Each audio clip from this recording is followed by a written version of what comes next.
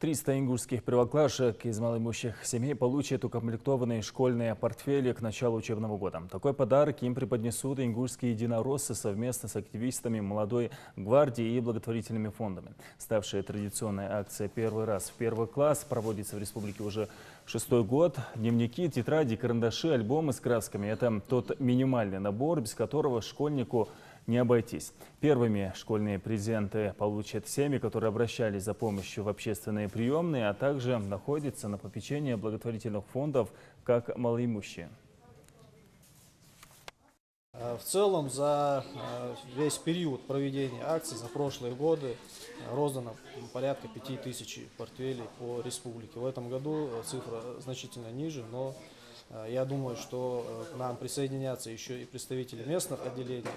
И думаю, что это будет значительно весомая помощь в поддержке тех ребят, которые пойдут в этом году в первый класс.